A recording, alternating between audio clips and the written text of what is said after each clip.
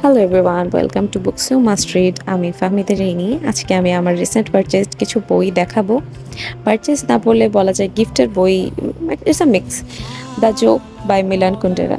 আমি ওনার লেখার অনেক প্রশংসা শুনেছি কিন্তু কখনো পড়া হয়নি। So I am gonna started with this book and এটা আমি নিয়েছি গত কয়েকদিন আগে নীলক্ষেত থেকে। আর তার সাথে আমি আরও একটা বই কিনেছি, এটা দেখাচ্ছি।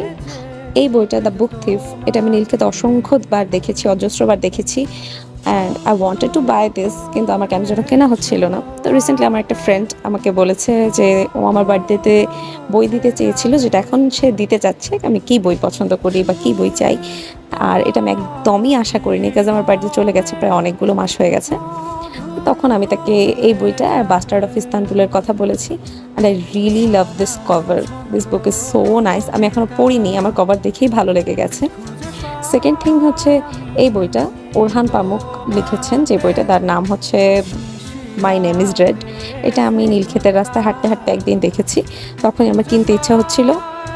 তো আমার বার্থডের সময় আমার একটা পরিচিত খুব ক্লোজ আপু আমাকে কিছু টাকা দিয়ে বলেছিল আমার পছন্দের বই কিনে নিতে। তো আমার অনেকটা দিন পার হয়ে গেছে কিন্তু কিনা হচ্ছিল না। আমি চাইছিলাম একটু স্পেশাল কিছু কিনতে।